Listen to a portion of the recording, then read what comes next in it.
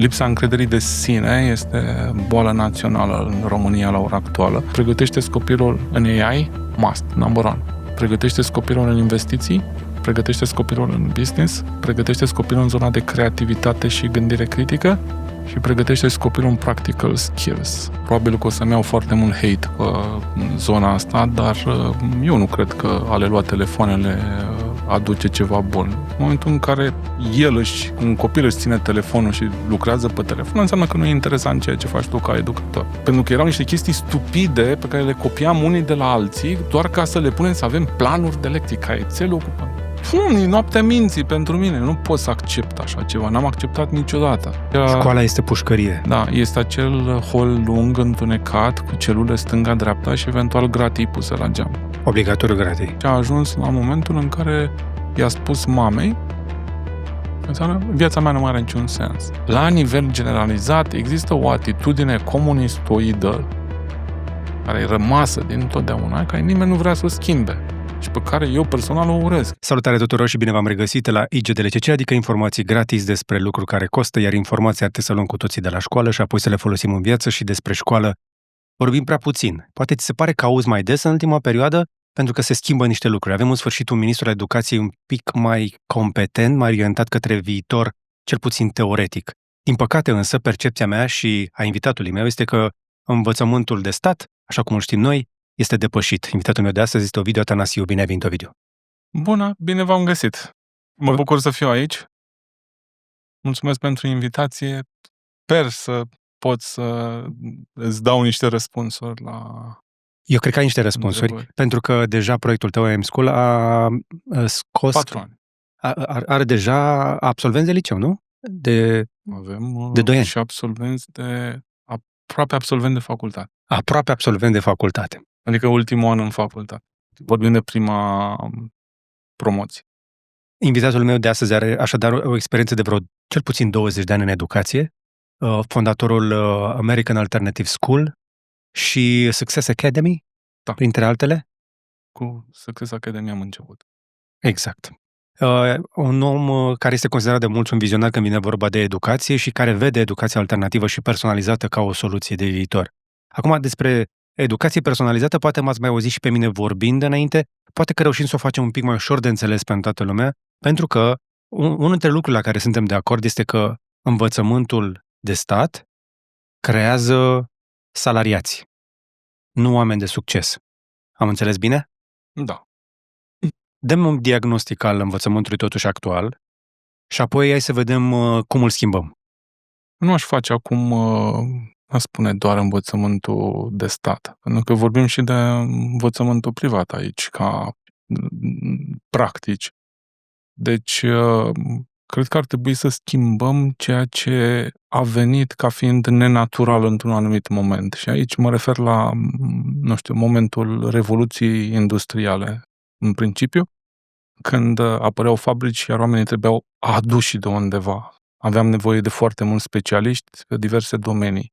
Și imaginați-vă, ok, cum îi antrenam, cum le dădeam acele cunoștințe, abilități ca să poată să facă față în fabrică. Și cea mai eficientă metodă a fost în spații mici, punem mulți băncuțe unul în spatele celuilalt, dar nu ăsta este normalul. Noi am ajuns, din păcate, să ne uităm la un sistem, să-l considerăm normal, pentru că noi am trăit în el, părinții noștri au trăit în el, dar dacă ne ducem mai în spate, încă o generație sau poate 2 în spate, vedem că educația avea puțin alte forme. Bineînțeles, pe vremea aia cine putea să-și o permită, să o facă, pentru că doar anumite familii de boieri făceau educație personalizată. Acum, ea există ca formă naturală și eu întotdeauna am spus, hai să ne întoarcem la natural.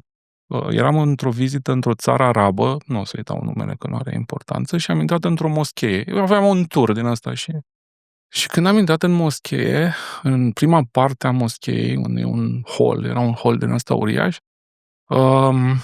era un învățător cu 4 discipoli, cred că am și o poză. Mi-a fost rușine să fac și o poză, pentru că educația e un act atât de intim când se întâmplă în forma asta, încât m-am simțit vinovat și am încercat să fotografiez pentru că vroiam memoria aia, pentru că era foarte frumos, în care studiau Coranul, clar, dar mă uitam la dinamică și modul în care copiii ăia interacționau cu învățătorul, îi puneau întrebări, eu nu înțelegeam nimic din ce vorbeau ei acolo normal. Te uitai la non-verbal. Mă uitam la non-verbal și stăteam așa la, cred că 15-20 de metri și încercam să privesc oarecum să nu mă fac remarcat, pentru că mă simțeam vinovat că sunt acolo, eram ca un intrus în lumea aia lor. Și mi-am dat seama, atunci mă uitam și zic, uite, asta este educație pură. Așa ar trebui să fie, în care există încredere, copilul are încredere în tine, tu ai încredere în el. Tu când fracturezi încrederea, noi nu învățăm nimic, ca principiu psihologic. Tu, George, nu înveți nimic de la un om în care tu nu ai încredere. Putem face paralela asta, dacă vrei, și cu creștinismul, unde Iisus Nazarineanul avea 12 discipoli și el era numit învățătorul. Exact. Și se strângeau în jurul lui și stăteau, aveau conversații care nu erau dependente de timp sau de neapărat de spațiu. Se întâmplau pur și simplu. Și mai e un lucru. Noi, care și văd că e foarte puțină viziune în zona asta. Există 3 tipuri de educație. Există această educație formală, care înseamnă băncuțe. Nu înțeleg de ce după atâția ani nu s-a renunțat la aceste băncuțe, măcar să-i pună într-un cerc sau... E mai bine în cerc decât în băncuțele alea încolonate așa? 100%. De ce? Lipsa încrederii de sine este boală națională în România la ora actuală. Și ți-o pot spune, adică dacă ar fi să vorbim procentual, probabil la peste 90% dintre copii au o problemă cu încrederea de sine. Ei și-o manifestă în grupuri, sunt viteji, dar separați sau când sunt puși în contexte necunoscute să interacționeze simplu. Te duci la, în vacanță, ești într-o țară străină ca să ai puțin disconfort pe lume, pune-l să interacționeze cu recepționista, și să vezi, nu. Alea sunt momentele în care poți să-ți dai seama cum stă copilul tău cu zona de încredere de sine. Ei, forma asta de așezare unii în spatele celorlalți mă ascunde. Undeva la nivel profund, eu știu că sunt în spate, lasă-i pe ăia. De obicei tocilare, așa numiți tocilari, sunt aruncați în față, vor, nu vor, și ei vor să stea cât mai aproape. Sau copiii problemă, ca să fie sub supraveghere. Ca să fie sub supraveghere și atunci e pedapsă, ceea ce iar nu este. Eu am fost pedepsit așa și pe mine m-a ajutat. Știi clasele alea tip vagon? Da. Din liceele alea făcute din panouri de beton, semi-prefabricatele alea? Liceele tipice. Pentru că eram în ultima bancă, eu mai zis povestea asta, dar o zic foarte scurt. Stăteam în ultima bancă pentru că pur și simplu așa am nimerit când ne-am dus în laboratorul de chimie. Și în vagonul ăla în care eram 30 și, habar nu mai știu câți eram, nu auzeam suficient de clar ce zicea profesorul. Aveam probleme de a înțelege ce îmi zice din capătul ăla la altul al vagonului. Da. Și profesorul a avut impresia că aș fi un elev problemă. Și mi-a dat notă proastă în primul trimestru, după care a zis, zice, Buhnici, trece în banca întâi, că tu ești răzvrătit. Era prima oară când auzeam în viața mea, la liceu, că aș fi vreo răzvrătit, pentru că învățam destul de bine. În 1-8 m-am descurcat foarte bine.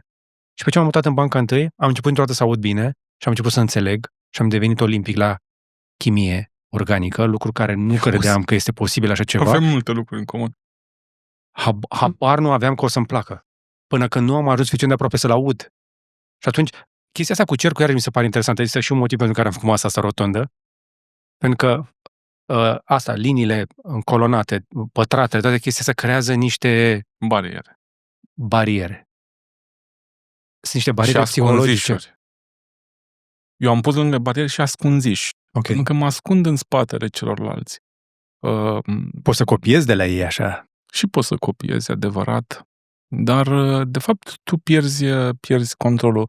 Noi suntem în luptă ca, indiferent cum s-ar numi, că e trainer, că e educator, că e, hai să-i spunem educator în general, da?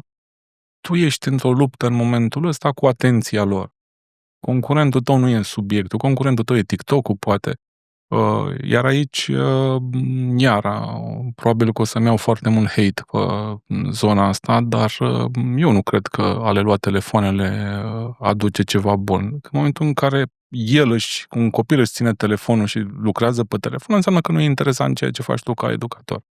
La mine în sală, îți spun, niciodată, ever, nu se folosește telefonul, nu pentru că le-am luat, ci pentru că ele există pe masa lor, dar dacă știi cum să o faci, să le dai experiențe de învățare, nu predare. Predarea e moartă de ani de zile, nimeni nu acceptă chestia asta. Copiii noștri învață diferit, nu studiază nimeni lucrul ăsta, iar noi am studiat, astea sunt primele rezultate, le avem, nu știu de cum, 8 ani, 7 ani în urmă. Ei nu mai învață ca noi, iar noi îi judecăm și creăm sisteme pentru ei după chipul și asemănarea noastră. Nu e normal. După organizarea de uzină, de fabrică, care nu mai există cum o știm noi. Cum ne e și nouă comod, pentru că ne e foarte comod în sistemul ăsta. Ok. Și vorbim de orice, de la dispunere, la predare, la evaluare, nu mai spun. Avem o evaluare foarte comodă, care doar trebuie să bifezi dacă a răspuns ce trebuie. Hai să descompunem un pic ce ai zis. Partea cu telefonul, aici spui același lucru ca ministrul educației, lucru care mă surprinde, pentru că din tot ce am studiat și din tot ceea ce văd și din străinătate, sunt cercetători care spun clar că telefoanele nu au ce căuta în școală. Jonathan Haidt vorbește despre chestia asta în Anxious Generation și dau dreptate. Cercetările arată foarte clar că e foarte greu, spre imposibil pentru un învățător, educator, profesor să se lupte cu algoritmul de pe social media. Nu ai cum să fii la fel de funny, Întrebarea de disponibil. nu este telefonul. Ce faci cu telefonul? Pentru că dacă eu folosesc telefonul în activitatea mea, atunci îi dau o utilizare. Cum nici social media nu este o problemă din punctul meu de vedere. Toți spun, hai să le oprim social media. Eu îți spun, copilul meu nu are oprit YouTube-ul. Doar ce îi controlez, pentru că avem un YouTube comun, un YouTube premium, în care îl folosim și eu și ea. Și pot să văd pe ce se duce și ce face. Îi controlez interesele, pentru că eu știu ca părinte că în momentul în care mă duc și știu că pe el îl interesează basketul, știu că îl interesează zona de investment, în momentul ăsta i-am insuflat-o. La ce vârstă?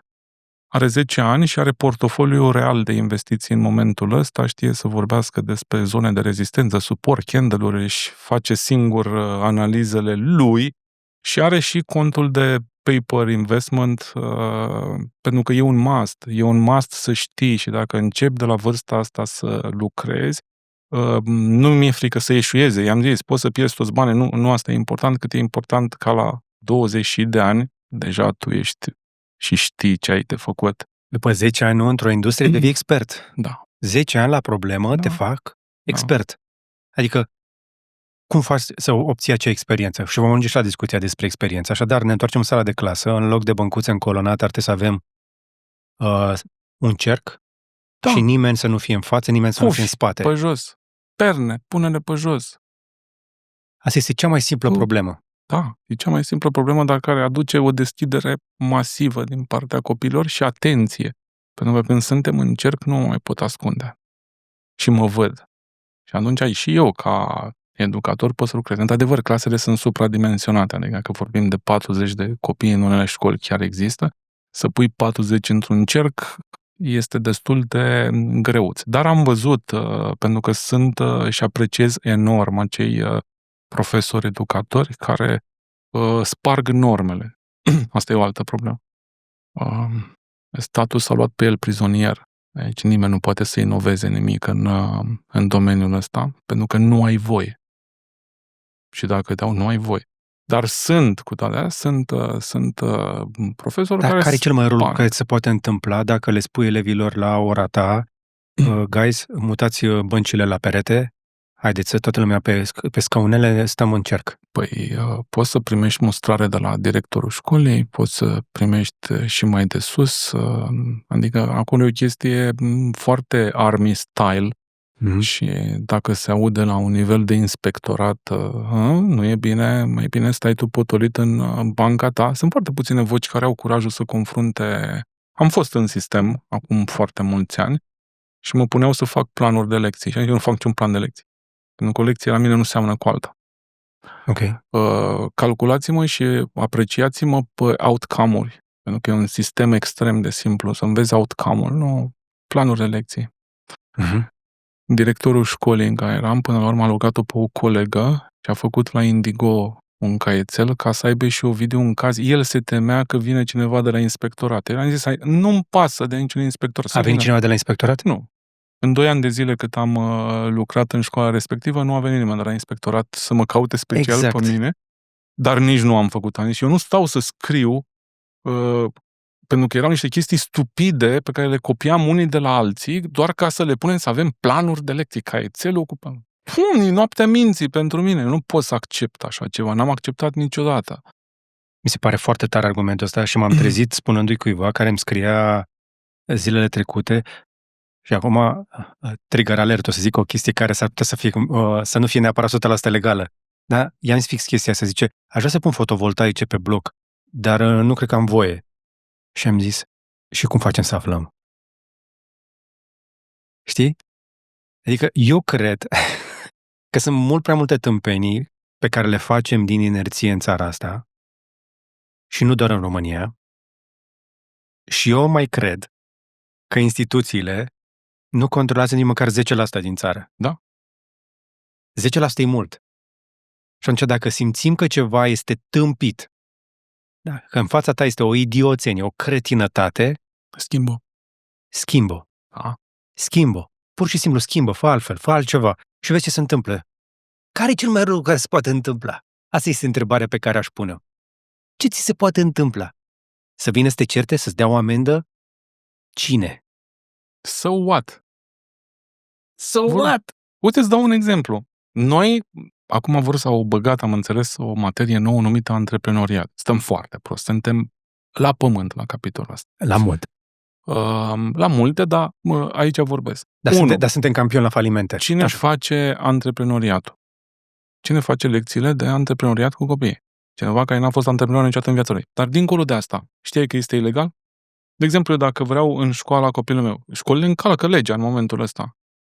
Copilul nu are voie să vândă o brioșă, pentru că nu are avizul DGASP, avizul nu mai știu care, pentru că nu poți să comercializezi niciun produs în țara asta fără avize de la 2 la mână. N-ai voie să-l vinzi. Cum să vinzi brioșa? Pentru brioșa ai nevoie de un vehicul comercial. De asta am văzut... Și dacă vând la piață?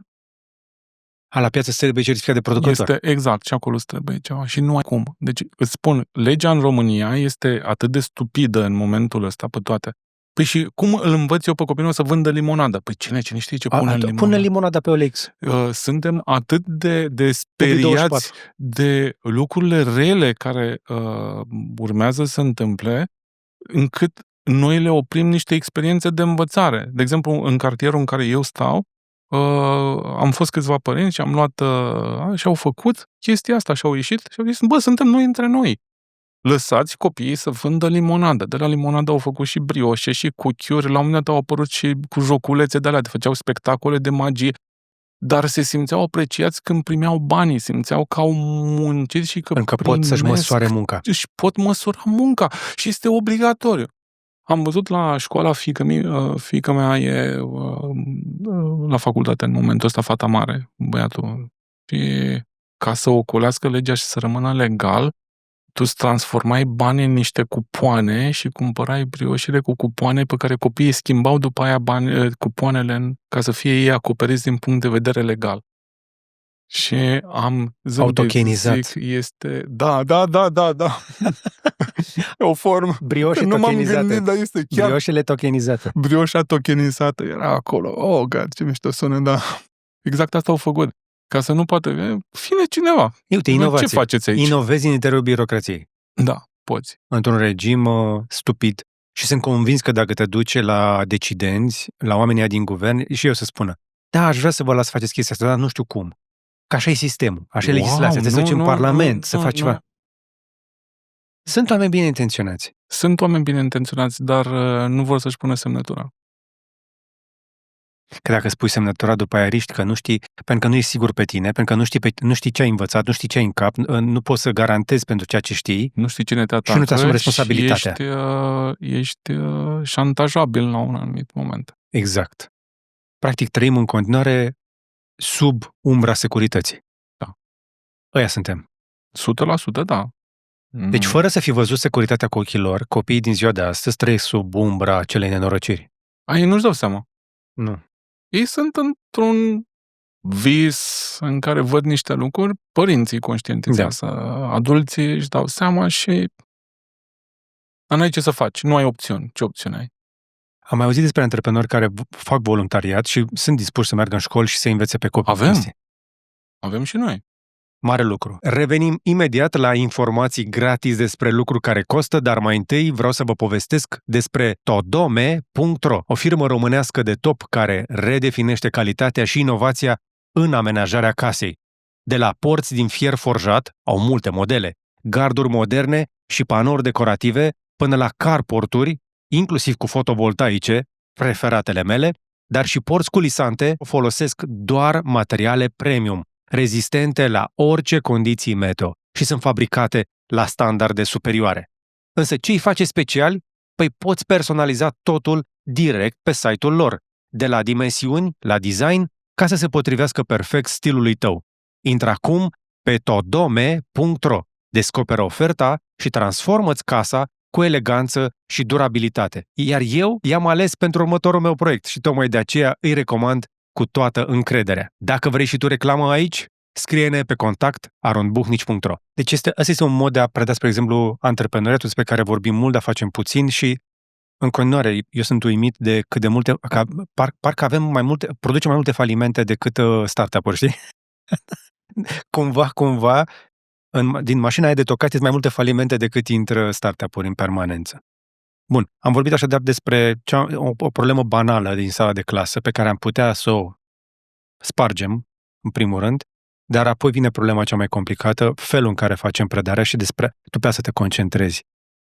În acest moment, să faci predare înseamnă e atât de traumatizant pentru ei încât ei au dezvoltat o reacție la asta. Deci în momentul în care un adult începe să vorbească, eventual are și o prezentare sau mai știu eu ce, în momentul ăla ei intră în ceea ce se numește daydreaming. A crescut foarte mult daydreaming. Știi că daydreaming-ul este o chestie absolut normală când copilul are, nu știu, grădiniță, liceu și după aia încet descrește cantitatea de...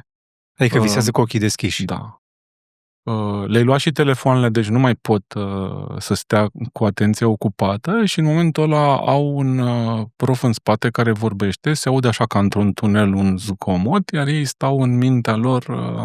Aici vorbim de niște procente peste 70% pe cifre pe care le avem acum 7-8 ani de zile, când am făcut primul studiu legat de cum învață. Și asta a fost unul din lucrurile care mi-a atras atenția, plus când învață. Deci atunci a fost iar prima oară când noi trăim în turnul nostru de, știi, nu vedem și nici nu vrem să-i auzim sau să stăm real de vorbă cu copiii.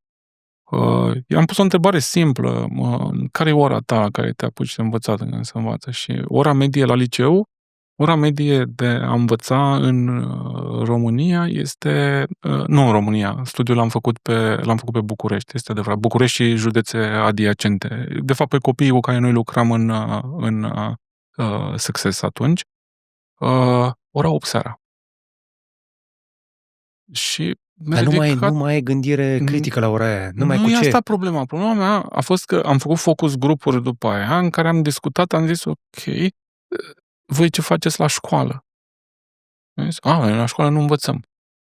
Zic, dar ce faceți la școală? Noi la școală socializăm. Păi când socializați? Păi între noi în ore casă, și aici vorbim încă o dată, nu spun că nu sunt copii care sunt extrem de atenți, dar au un anumit profil. În schimb, pe marea majoritate, că aici vorbesc eu vorbesc de mare majoritate și cum faci să muți o mare majoritate, să o aduci pe o zonă în care să produci învățare, da? Și, păi, Nu, eu învățarea este tristă, singură, fiecare copil în camera lui, undeva la ora 8 seara. Pentru că până la ora 8 seara ei sunt, mai sunt și meditațiile, să zicem că acolo se produce învățare. Dar ce a fost trist pentru mine în momentul ăla a fost că tu îți trimiți copilul ca părinte și spui, el îmi stă în școală 6 ore, 7 ore și ai impresia că el învață în timpul ăla. De fapt, el nu învață, el face o prezență într-un mediu în care el nu ar vrea în mod normal să fie. Adică pușcărie? Ăsta e cuvântul pe care îl folosesc frecvent.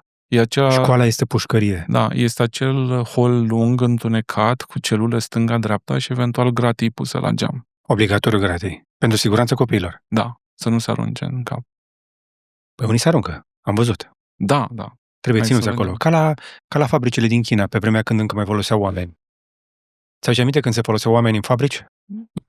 În China, da. Mai ții minte în pandemie că se aruncau pentru că... Nu am văzut era problema asta că erau ținuți captivi în fabrici și pentru că nu erau lăsați să plece acasă, să iasă în oraș, să socializeze din cauza pandemiei.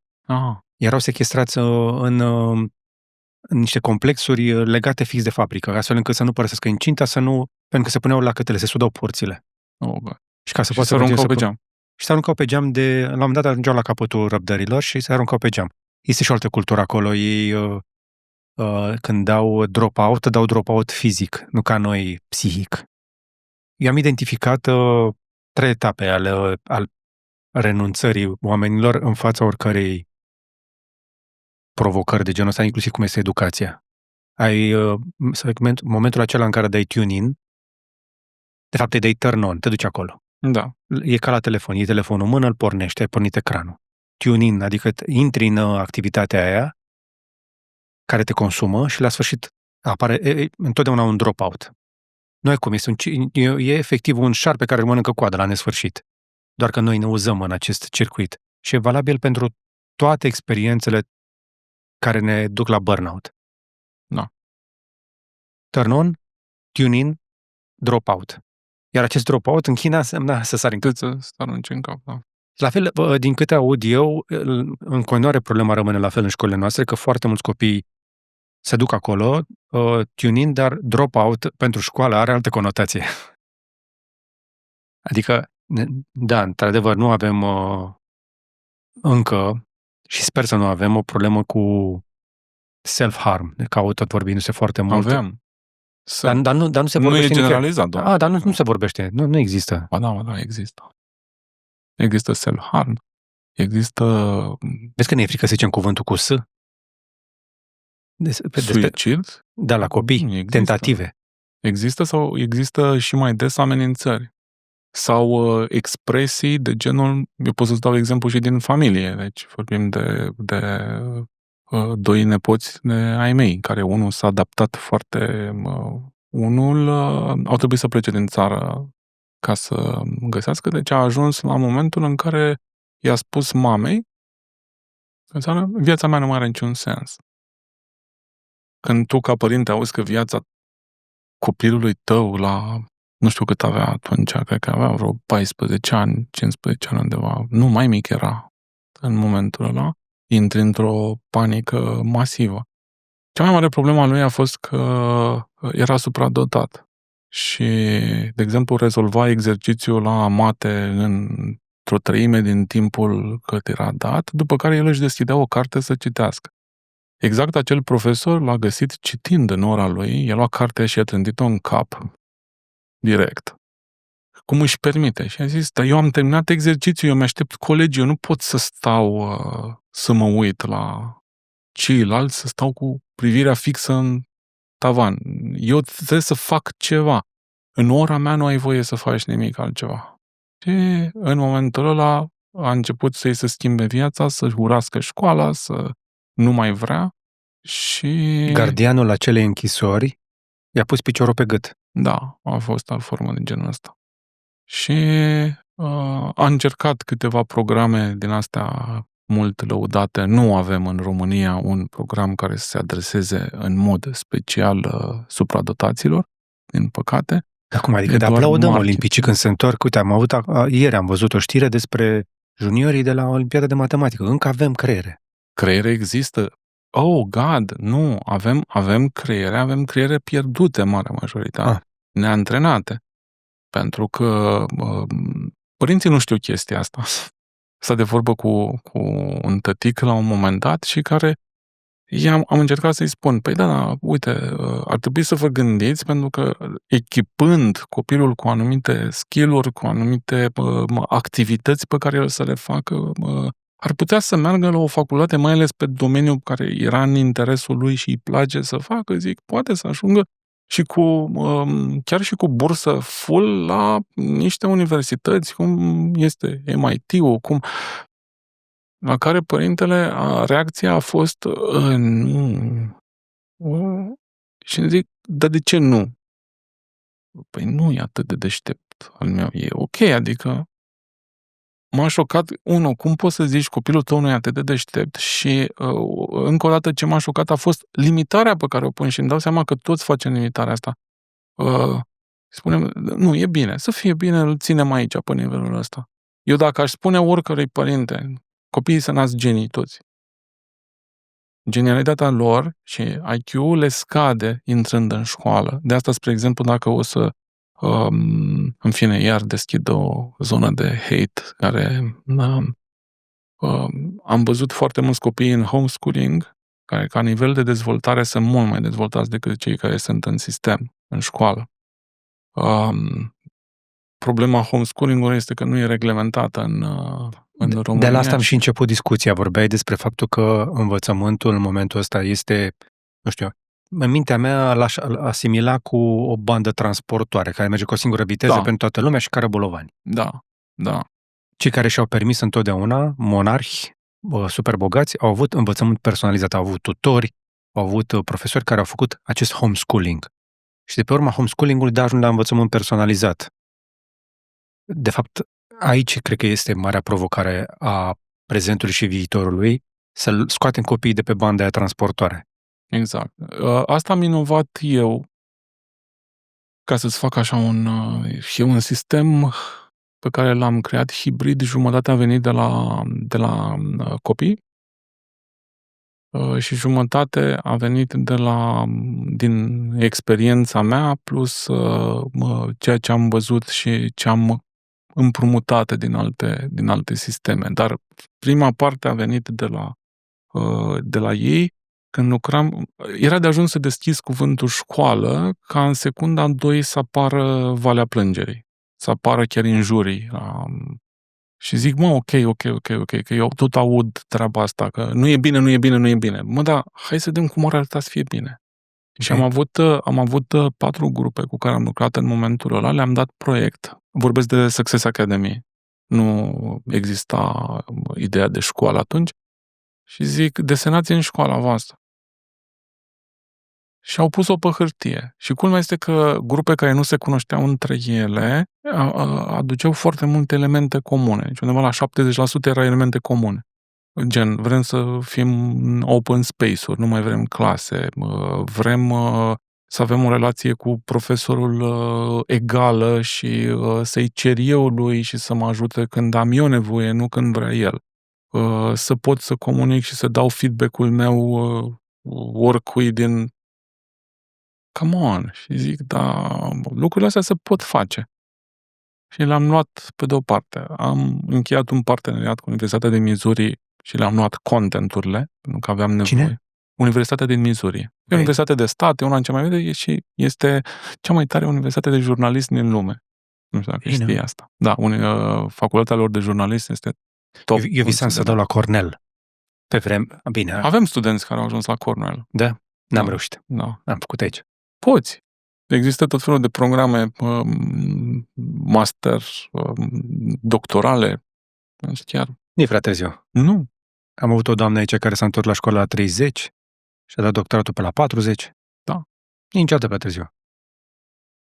Ok, și pe mine mă bate gândul. Deci din ce îmi povestești tu, mai mult de 70% din copii văd școala, încerc să o extrapolez și să simplific, într-un sistem neuronal, în care toți suntem neuroni și interacționăm unii cu ceilalți. Da. Un fel stelar, așa, adică foarte multe Și interacțiuni. avem ritmuri Nu diferite. bandă transportoare. Tot am obsesia asta cu banda transportoare. Ritmuri diferite, iar ei asta spun. Iar modul nostru de lucru de asta, personalizarea, noi n-am dus-o, că nu vreau să-și închipuie cineva și am avut oameni care și-au închipuit că are continuu cineva care stă lângă el și facem lecții 1 la 1. Se poate face și asta, dar este un efort huge pe care îl faci inclusiv financiar să poți să asiguri fiecare copil să aibă. E o nebunie totală. Deci Nu poți să faci 1 la 1. 1 la 1 nu se poate. Am văzut lucrul ăsta la tot un partener de la Mizu în perioada în care cochetam cu ei și încercam o școală făcută undeva într-o rezervație în Statele Unite, o școală specială pentru copii foarte ultra bogați cu adicții. 200 de kilometri de jur împrejur nu exista nimic urban, oameni sau ceva. Erau în mijlocul rezervației tocmai ca să nu apară dealer. Iar acolo făceau 1 la 1, dar costa un an undeva la aproape $500,000 un an de studiu. Plătești pentru luxul de a fi în natură, departe de tentațiile civilizației. Da. O să am un interviu cu cineva care chiar lucrează cu astfel de copii din Occident, că avem și în Europa. Da. Am un prieten foarte vechi care cu asta se ocupă și am cunoscut câteva din cazurile care se ocupă de copiii de prin țări occidentale, nu vă spun mai multe acum, și este o provocare, este ceva fantastic. Dar să știi că asta cu statul în natură, am studiat-o destul de mult, mai ales după unul dintre burnout-urile mele și am ajuns la o cercetare care încă acum este introdusă în știință despre efectul naturii asupra efectele psihiatrice, să zicem așa. Dacă trăiești în natură cel puțin 72 de ore și nu vezi elemente antropice, adică construcții umane, drumuri, șosele, betoane, chestii, telefoane, internet, te reechilibrezi și se secretă, de fapt, în creier chimicalele echivalente cu unele dintre cele mai puternice pastile calmante, fără efectele adverse. Deci te calmezi. Da. Te recalibrezi și probabil pentru aia plătești din $500,000, cred că 3/4 e pentru... Nu, ei nu stau în natură. Au tot o construcție făcută acolo. Da, dar pe geam văd numai copaci. Da, dar văd doar copaci și n-au unde să plece. Știu că n-au unde să ducă, decât să plimbe puțin prin pădure. Iar tipa cu care vorbeam era chinezoaică. A zis, păi hai să-ți arăt. A întors telefonul și a început să plimbe până în școală, să-mi arate cum arată. Și altfel spații goale, să lucrau câte doi. Și m-a inspirat, că și de acolo am luat. Noi suntem un sistem flipped. Flipped education înseamnă să mut responsabilitatea predării, care este o inepție psihologică, și să dezvolți, pentru că e un proces, să dezvolți responsabilitatea învățării în copii. Copiii noștri, la nivel generalizat, nu au responsabilitatea învățării. Învață pentru că cineva că trebuie.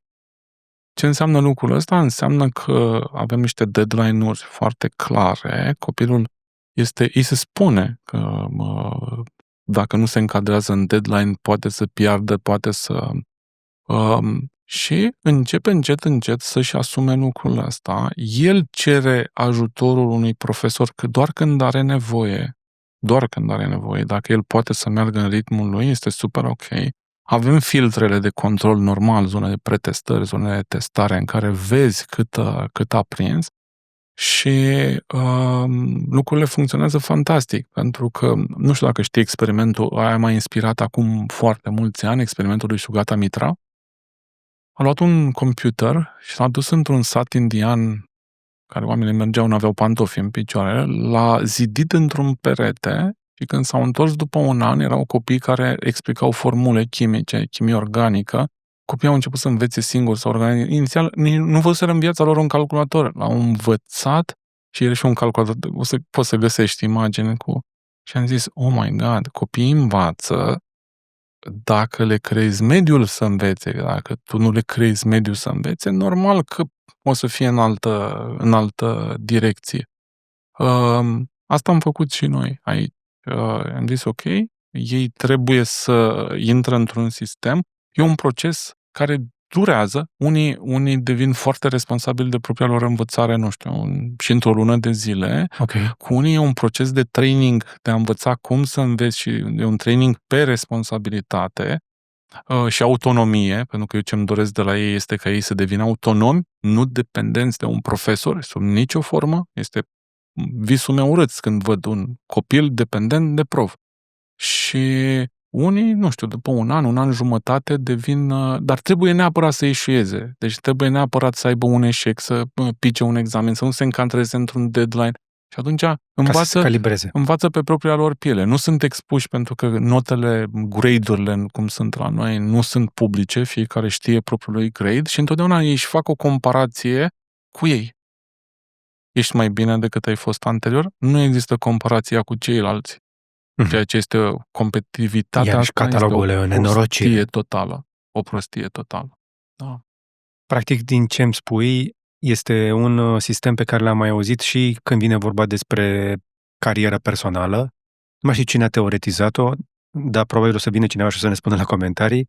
Begin with the end in mind. Începe cu obiectivul, începe de la destinație, care, din nou, am mai Simon Sinek, care, spre exemplu, începe cu de ce. E cam același lucru. De ce facem chestia asta? Vreau să ajung la acest obiectiv. Ok, hai să vedem cum ajung. E motivația mea internă, de ce-ul. Cei mai mulți dintre noi nu știm ce vrem. Nu știm unde ne ducem. Nu știm ce ne dorim cu adevărat. Nu cerem ceea ce ne dorim cu adevărat. Și cred că, de fapt, să înveți oamenii, să reînveți oamenii cum să învețe, e valabil la toate vârstele. Pentru că cei mai mulți dintre noi călătorim prin viață fără un obiectiv. Să înveți pe oameni în prima parte a vieții să aibă obiective, mie mi se pare ceva special. Asta fac de 25 de ani. Nu a existat training și credem că am lucrat cu, nu știu, companii multinaționale pe care probabil le țin buzunar sau ai un abonament plătit până la, nu știu, companii antreprenoriale mici. Invariabil, fiecare program de training, și aici pot să spun că au fost zeci de mii de oameni care au trecut în anii ăștia prin sălile noastre, invariabil, fiecare program de training începea cu zona asta, hai să învățăm puțin despre cum învățăm ca adulți. Ok. Obligatoriu. 2, invariabil, fiecare program de training avea o zonă legată de atitudine. Atitudinea cu care eu mă duc. Indiferent cine sunt, că sunt manager, că sunt om care lucrează în vânzări, am nevoie de un mindset cu care să merg în față. Nu am mindset-ul ăsta, pot să pun eu absolut ce vreau, știu, tehnici, metode, nu. Mindset-ul este, nu știu, 90% din ceea ce faci, să ai încredere. Iar după aia urma numai despre mindset, cred că am putea vorbi o grămadă. Mi este înfiorător mindset-ul pe care le întâlnesc în foarte multe locuri. E înfiorător. Recunoști foarte repede ce tare o școală românească, o firmă românească, un grup de români. Mindset-ul la noi arată foarte repede cine suntem. De asta nu se va schimba școala niciodată. Ba da, o schimbăm cu Daniel David. Nu va putea să facă. Nu de-aia l-am trimis acolo să rezolve pentru noi? Domnul ministru, eu îl apreciez foarte mult ca om. E și psihologie în zona mea, știu că înțelege lucrurile, știu că înțelege procesele, în schimb ce nu știe lumea este cancerul undeva la mijloc. Și întotdeauna se întâmplă lucruri și întotdeauna se sacrifică capul. Ministru. Cade ministru, vine următorul ministru. Da. Niciodată nu se merge înainte. Pentru că, real, problemele nu sunt la nivel de ministru. Iar ministrul nu are puterea să implementeze vreodată. Cum încearcă să implementeze, ies sindicatele în stradă. De asta spun, statul s-a luat captiv pe el. În momentul ăsta nu se poate inova în educație. În momentul ăsta nu se poate să faci nimic decât încălcând regulile, făcând-o pe barbata și arătându-te că se poate, dar nu se generalizează. Break the fucking rules. Nu se va generaliza, aici e problema. Pentru că tu poți să faci. Sunt oameni în țara asta care fac, dar nu se duce mai departe. De ce? Pentru că cum ai deranjat puțin, o să-ți iasă sindicatele. Sau, când deranjezi puțin, vine partidul celălalt din coaliție și îți spune, ce faci tu acolo? Nu, stop shock. Hai să ne oprim, pentru că nici eu nu-ți dau pe partea altă la nu știu ce și în momentul ăla vine propriul tău partid care îți spune, bă, potolește-te. Dar, dincolo de asta, care e un mecanism care se întâmplă de ani de zile, de ce nu merge România în față? Sunt două ministere care, din punctul meu de vedere, ar trebui scoase din guvern. Trebuie făcute separate 100% și să fie Ministerul Educației, Ministerul Sănătății. Nu ce să caute acolo. Din punctul meu de vedere, n-ar trebui să fie politicul implicat, dacă vrem să facem ceva cu adevărat pe zona asta.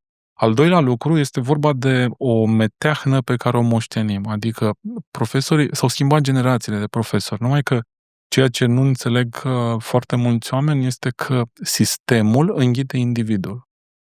Deci vorbim de cel mai, și am N cazuri pe care pot să ți le dau cu nume, prenume și vârsta, cu ce vrei. El este cel mai nonconformist om. Termină facultatea, e pe cai mari, vine să schimbe sistemul. Ai intrat în sistem, moment în care îi spui, pe ce faci tu acolo? Păi tu vrei să revoluționezi. Prima oară sunt colegii care pun stăpâniri. Păi ia stai puturit, că tu ne deranjezi apele pe aici și nouă. Și tu n-ai nevoie cum să obții tu performanță mai multă decât obținem noi. Păi tu nu faci meditații, potolește-te. După care începe presiunea la nivel de director, de nu știu ce. Dar ce faci tu aici?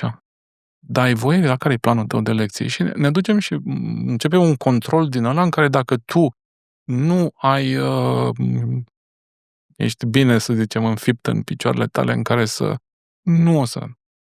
La nivel generalizat există o atitudine comunistoidă care e rămasă din totdeauna, care nimeni nu vrea să o schimbe și pe care eu personal o urăsc. Eu nu Ok, dar care e am soluția? intrat Că de la constatat suntem toți buni. Tu ai ieșit din sistem, te-ai dus și ți-ai făcut școală, altfel de școală privată. O să-mi iau iar hate. Soluția este în felul următor. Liberalizați educația. Când adică? Spun, cea mai mare problemă acum o privatizăm, este... asta vrei? Nu. Pentru că știu că asta e o problemă foarte sensibilă și tot a spus. Dar am venit cu ideea, băi, lăsați măcar zona academică, să dați o autonomie academică școlii. Ce înseamnă autonomia academică? Păi eu nu pot să fac ce vreau eu. Pentru că am niște planuri, cadru, eu am niște... și fac lucrurile...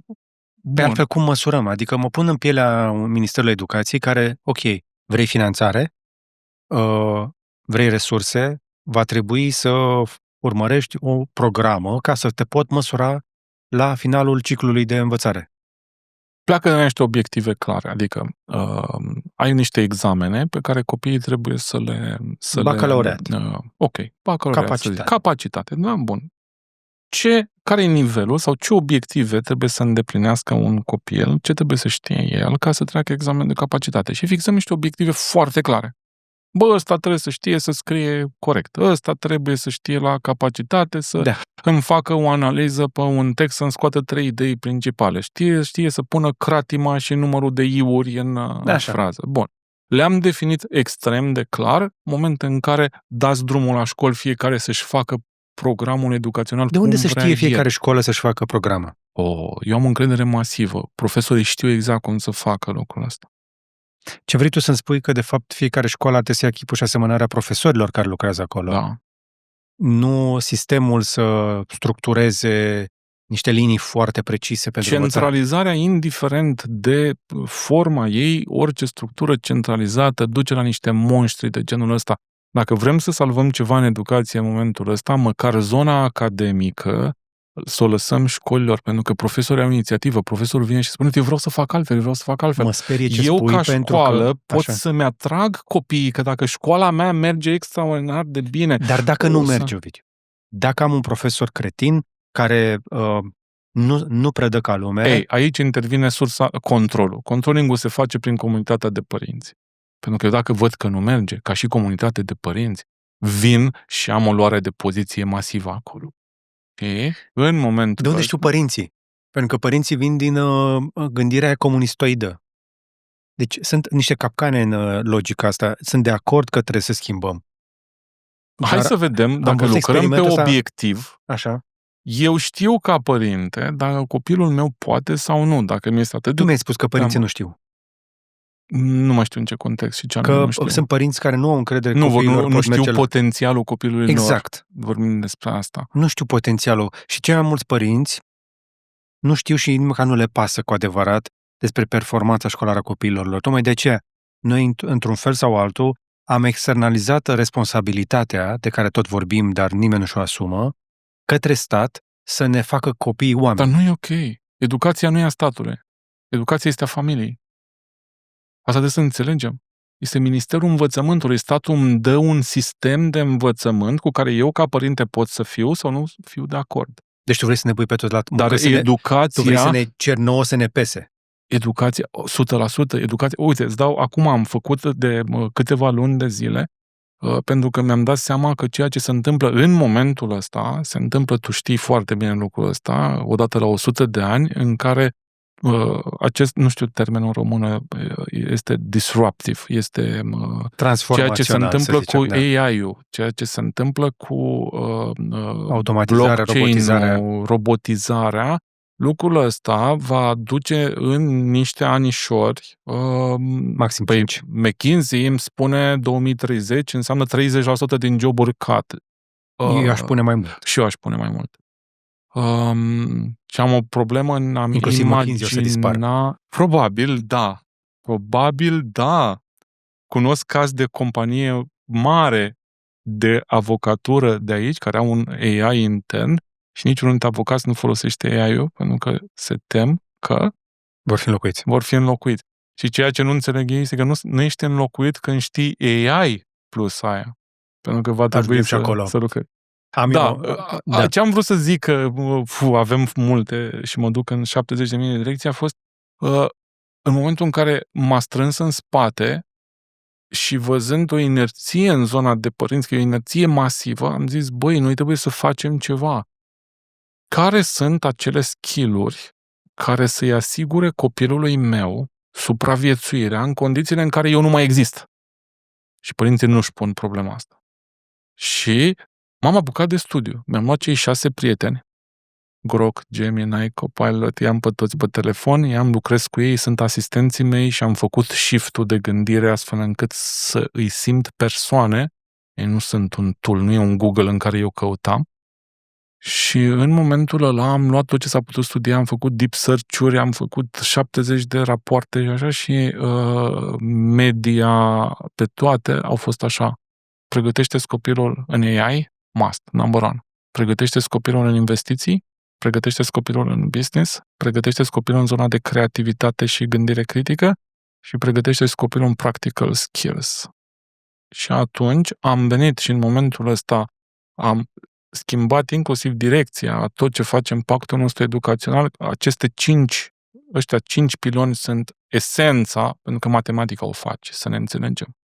Dar matematica, dacă mâine începe războiul în România și copilul tău nu s-a suit în copac în viața lui și habar nu are să-și facă un adăpost și nu înțelege cum se pune un garou, we have a big problem și nu știe niciunul asta.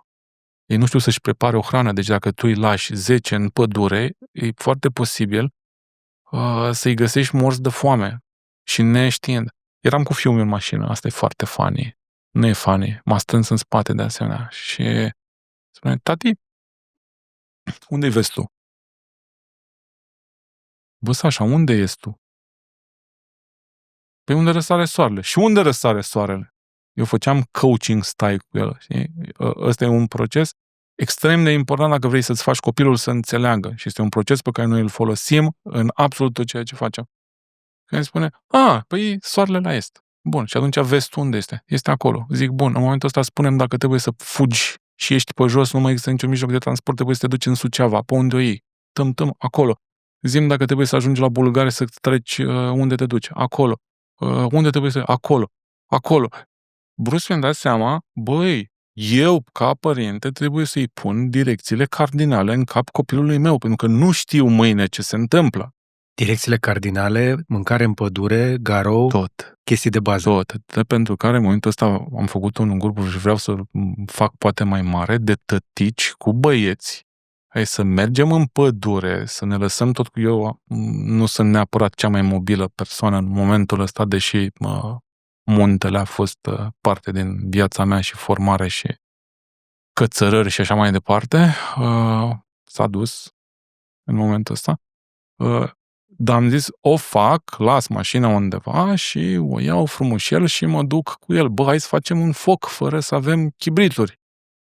Pentru că e extrem de important. Murim de frig. Și n-am cum să nu mă uit la prietenii noștri din Ucraina și le educă. Eu tot timpul spun, băi, un sistem de educație, el trebuie să fie adaptat la contextul în care se află societatea. Îți dau un exemplu de gândire pe care îl dau la toată lumea. E o prezentare pe care o pregătesc acum pentru că sunt invitat la Future Edu peste 2 săptămâni. Am prezentare în Asia. Da, prin România nu prea avem loc pe ce facem noi. E banal și prost. Dar e ok că sunt alții care te pot aprecia prin alte zone. Asta e o suferință mea legată de absolut Da, o recunosc. Am mai văzut-o. Ce înseamnă... pentru că ești din și nu e vorba de mine. Ești din Vorbesc turmă. de oameni pe care eu i-am cunoscut, unul din cei mai tari arhitecți pe care îi are România și care în momentul ăsta este undeva, a cumpărat o gară undeva prin Dan Coma se numește, și care are niște idei fabuloase legate de... și este un anti-școală și poți să stai de vorbă cu el 10... Astea sunt oile alea verzi portocalii negre, care sunt în turmă, da, negre. Dar care duc societatea aia mai departe. În fine, exercițiul e în felul următor. Deci gândește că noi rămânem 50 de familii, care fiecare familie are 1-2 copii, dispare toată planeta, totul se distruge și noi suntem aruncați într-o zonă deșertică. Ne educăm? Prima întrebare. Ne educăm sau nu ne educăm copiii? Trebuie să continui. Trebuie, bun, dacă trebuie. Cum va arăta sistemul de educație?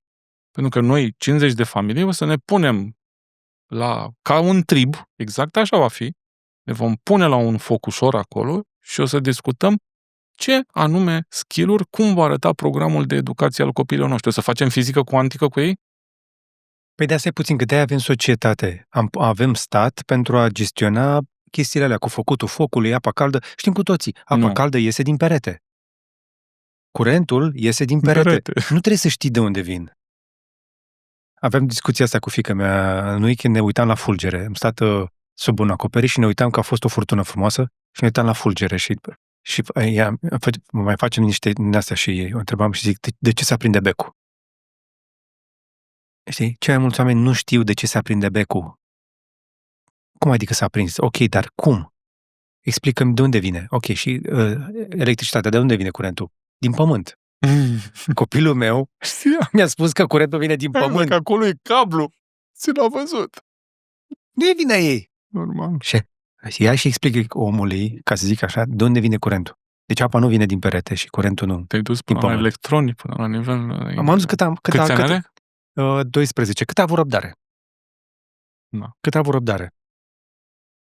Școala noastră așadar creează oameni pentru 1999, 1984. 84, cred că mai degrabă.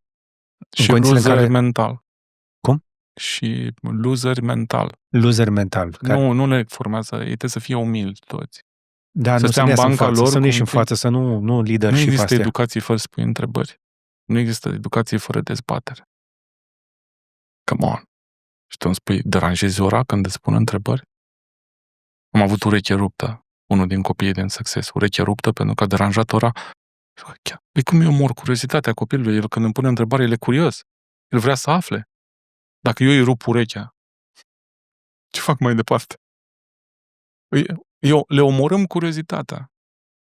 Iar educația reală și traseele lor se întâmplă acasă. Deci aici părinții nu știu dacă conștientizează cineva ce efort există și de timp și financiar în susținerea copiilor. Cine poate, bineînțeles, pentru că este total inegal. Nu o să-și permită în satul, nu știu care, din vârful dealului, acel copil de departe este dezavantajat pentru că nu are niște părinți care să înțeleagă și nu are niște părinți care să-i asigure finanțele astfel încât, în paralel cu școala pe care o face, să-i dai o direcție, să vezi ce îi place. Ok, dar este mai ușor ca niciodată să te educi. Avem toată planeta la dispoziție, toată cunoașterea umană este mai accesibilă ca niciodată. N-a fost niciodată în istoria umanității atât de ușor să înveți orice. Da. Să afli, dar și să înveți orice. Și atunci, cum facem să descoperim copiii ăia cu potențial, Foarte care simplu. nu au acces, care au niște părinți prea ocupați cu munca sau cu alte ocupații, în loc de bunăstarea copiilor lor și șansa ca ei să devină niște genii, să devină niște artiști, să devină niște lideri. Soluția probabil va sta tot în zona de AI, pentru că educația în general, va trebui să se întoarcă în zona de... Iar AI îți oferă zona de personalizare. Noi în toamnă o să avem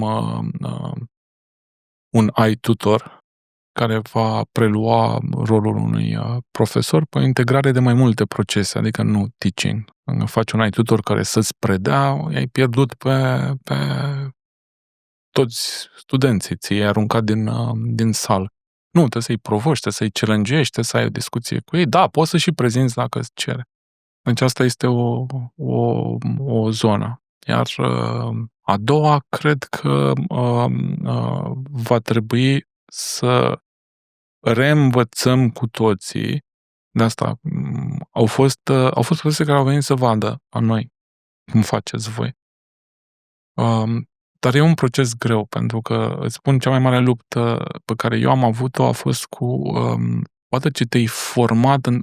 Știi experimentul ăla cu bicicleta care îi se întoarce în direcția? Când tragi stânga, roata se duce în dreapta și când trăgeai dreapta... Ei, un om care a învățat să conducă bicicleta normal, vine foarte greu, adică nu poate să parcurgă drumul ăla și e un efort pe care îl faci, astfel încât să-și reînțeleagă rolul profesorii și când și-au reînțeles rolul, iar sistemul permite astfel încât să poți să faci, eu zic că este genial ce se poate întâmpla.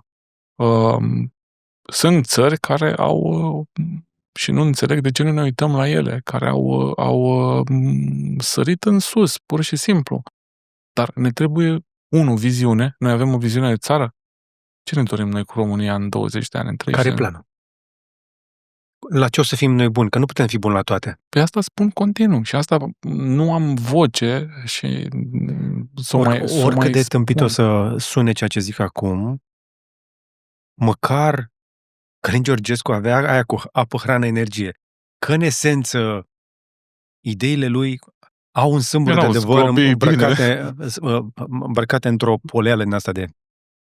Dar în esență, da, nu poți să-ți alegi foarte multe obiective, că nu ai cum să te lupți cu capacitatea de producție industrială a Chinei în momentul ăsta, nivelul de înaltă calificare a forței de muncă, robotizarea, nu poți să te lupți cu tot ce înseamnă domeniul de big tech din Statele Unite. Adică sunt o grămadă de industrii de genul ăsta în care hai să vedem la ce putem noi să fim performanți, nu? Și în niciun caz nu cred că vom fi mai performanți creând mai mulți salariați. Pentru că intrăm într-o lume în care noi am căzut deja de acord că 30% ce zice McKinsey, joburi care vor dispărea, este puțin. Da. Este puțin. Hai să vorbim un pic despre ce joburi dispar, ca măcar dacă tot i-am provocat pe părinți sau pe cei care se uită la noi să se gândească serios. Cum? Toate. M-a întrebat o mămică la un demo, a zis, bine, Ovidiu, tu ne-ai spus de chestia asta, dar zi-ne un job sau joburile care nu or să dispară, ca să știm să ne orientăm copiii. Rar mi se întâmplă să am blocaje. Dar nu pusesem problema așa și în momentul ăla am zis nu există. Știi că un oraș poate fi condus AI? Deja sunt O experimente țară de genul se ăsta. poate conduce AI. Și e corect. Adică acolo nu mai există eroare umană, că eu sunt văr cu tine și mai dăm pe lângă. Adică acolo se pot face niște lucruri și să vezi orașele alea se dezvoltă. Încă sunt teoretizate, da. Încă sunt teoretizate, că săptămâna trecută au încercat, i-au dat niște bani să facă un magazin din care să vândă lui Claude și a vândut în pierdere. Păi da, dar nu a fost antrenat, încă o dată spun, asta nu a fost antrenat cum trebuie și nu i s-au dat obiectivele care trebuie. Pentru că... Ideea spune că mai avem mai 5 ani. Da. Dar ne apropiem așadar de un moment în care, da, vom transforma aproape toate joburile. Fiul meu mi-a dat exemplu. că am discutat subiectul și cu el și a zis, tată, știi că există un job care nu va fi luat niciodată? Și eu stau și mă uit la el și zic, uimește-mă, LeBron James. În momentul ăla am avut un șoc, pentru că mi s-a părut atât de smart și cu o gândire atât de clară pe care eu nu am avut-o. Îți recunosc, nu am avut-o. A zis, da, acolo nu o să am cum. Adică chiar dacă o să ai niște roboții care joacă O să râzi. basket. Da, nu o să joace roboții. Dar am avut știre în Curiosity, în podcastul nostru săptămânal de știri, în care cineva a dezvoltat un AI pentru NBA. Da. Și care putea să prezică pe baza declarațiilor de presă ale sportivilor rezultatele lor viitoare și ce vor face în carieră. Și în momentul ăsta, nivelul de acuratețe a acestor modele de inteligență artificială aplicate la sportivi se duce la peste 75%. Ceea ce e genial. Ceea ce este excepțional. Adică, nu știu cine a văzut Moneyball. Ăla e primul film care care explică teoretizarea asta din domeniul sport și data analytics. Putem studia și evalua orice. Totul va deveni extrem, extrem de predictibil. Asta este clar. Sportul cred că va fi foarte interesant pentru că are în continuare randomness. Este aleator. Competiția între niște oameni are atât de multe necunoscute încât nu sunt doi roboți care... Nu, cred că nu e funny. Adică eu nu m-aș uita poate la așa ceva, da. Nu cred că o să dispară toate. Dacă revin la întrebarea ta, or să rămână, dar e foarte important ca toți să înțeleagă că este momentul să își facă trainingurile de AI, să înțeleagă AI. Pentru că oamenii nicio meserie nu scapă de AI. Nu. AI-ul ei îl folosesc la search. Mai am o excepție, preoții. Pot să ți-l fac AI. Eu pot să ți-l fac. Tu poți să-l faci AI, dar jobul efectiv de preot care trebuie să slujească nu-l poți înlocui. Da, ar fi mai ciudățel, dar probabil o să ducă biserica în online. Deja există, chiar și pe România, sunt. care se duc și fac inclusiv discuții, preoți care discută cu enoriașii care sunt plecați în diverse totuși ai nevoie de un om la capătul celălalt, nu un large language model, încă. Un chatbot divin. O să râzi, dar cred că o să apară, iar oamenii s-ar putea să nu-și dea seama, dar e terapeutic. Eu m-am jucat cu Maia mult când a apărut atunci.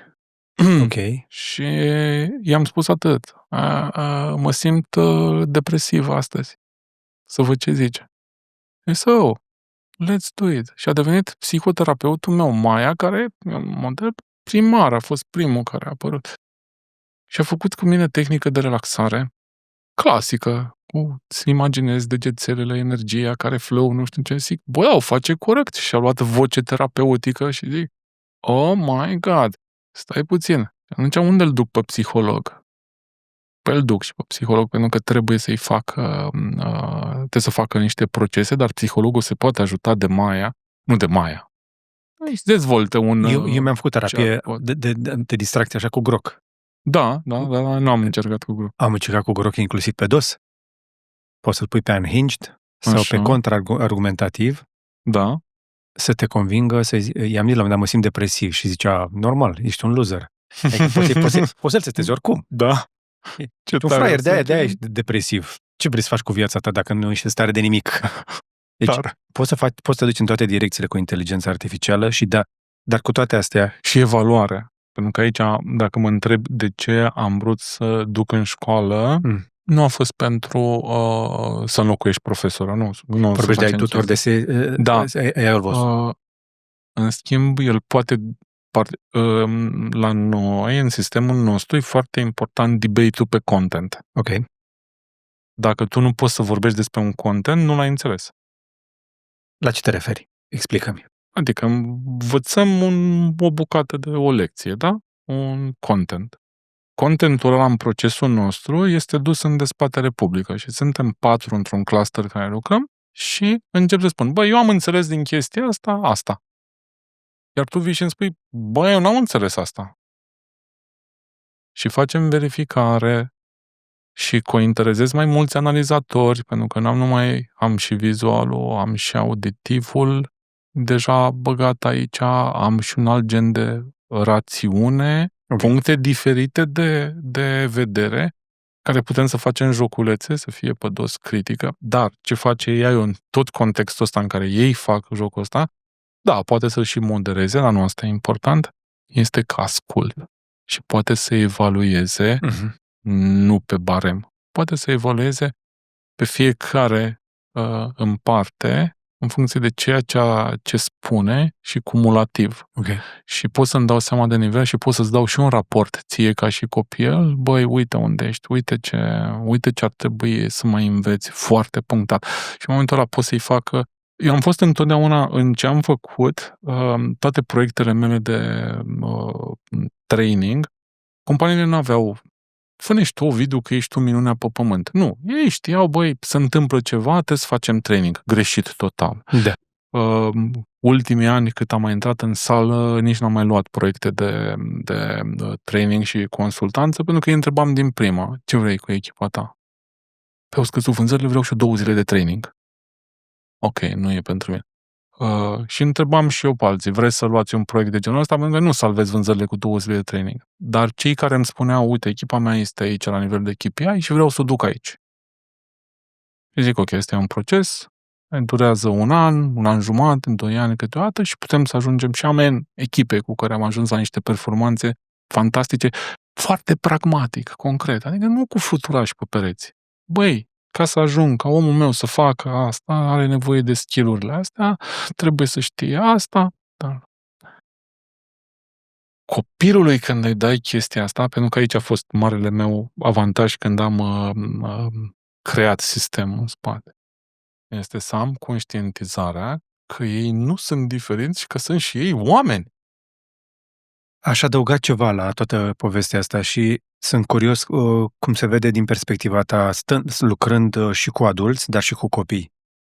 Mie mi se pare că cea mai mare boală a noastră, a generației noastre, și pe care o dăm mai departe copiilor prin social media, este această comparație la nesfârșit cu alții care pot mai bine, care sunt mai profitabili, care au mai mult succes, care sunt mai frumoși, care au relații, care au bani. Cătălin. Care Cătălin? Eu l-am avut pe Cătălin. Adică?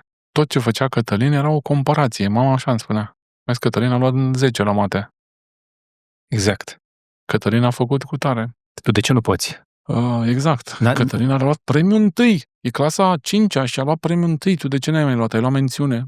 Și chestia asta o ducem și pe social media, că vedem întotdeauna partea cea mai frumoasă a vieților lui LeBron, da, a lui Kim, a lui cine știe ce om care noi nu vedem suferințele, insuccesele, nu vedem ultimii 20 de ani de muncă pentru a ajunge la nivelul ăla.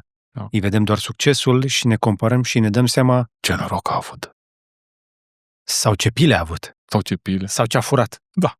Acum, eu nu o să pot să sar niciodată să dau dunk, slam dunk. Am încercat. Nu merge. Cu toții ni se dă o mână. Știi, și te poți uita la mâna aia și să zici, bă, cărțile astea care n-am avut noroc. Cum facem cu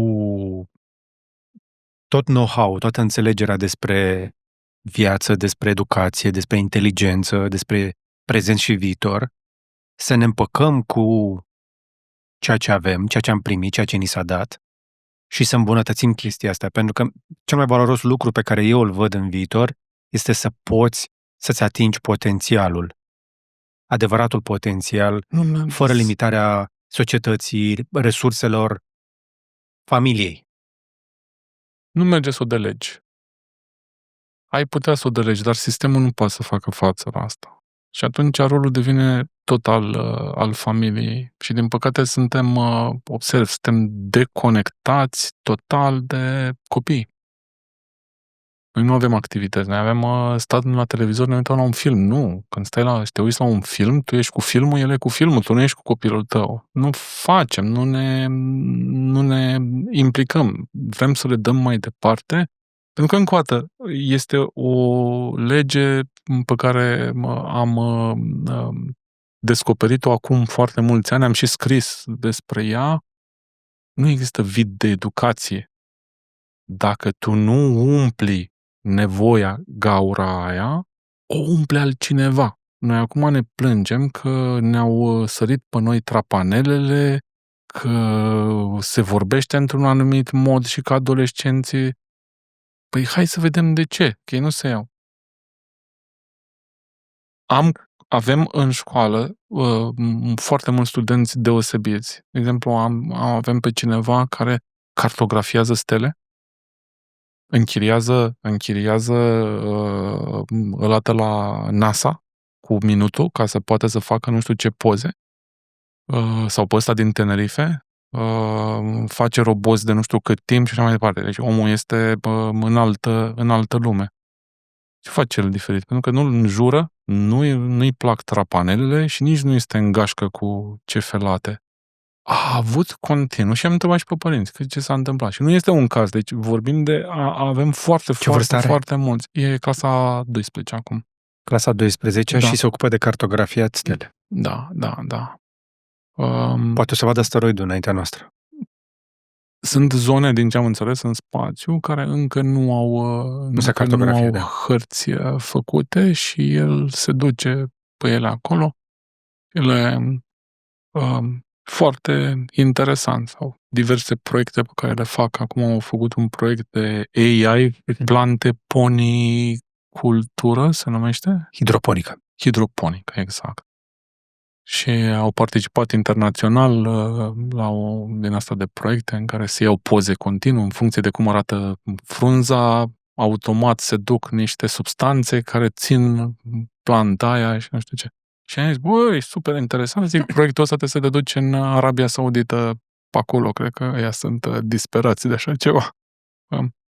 Dar ce vreau să spun, sunt extraordinari. Singura diferență pe care au avut-o este că au stat într-un cadru, într-un context de cunoaștere în care niște părinți i-au cultivat interesele. Și n-au primat matematica sau școala sau istorie. Și cred că să facem un shift aici. Eu dacă întreb un părinte, sau stau de vorbă cu o familie, vin întâi și îmi spun matematică. E numărul 1. Trebuie să știi matematică. Cu matematica te descurci oriunde. Ai 70.000 de alte motivații. Matematică, nu știu ce. Și spun, ok, și el ca om? Nu avem asta în cap. Îți spun, după 4 ani de zile, problemele noastre în școală nu au fost academice cu matematică. Toate problemele noastre au fost de valori și comportamentale.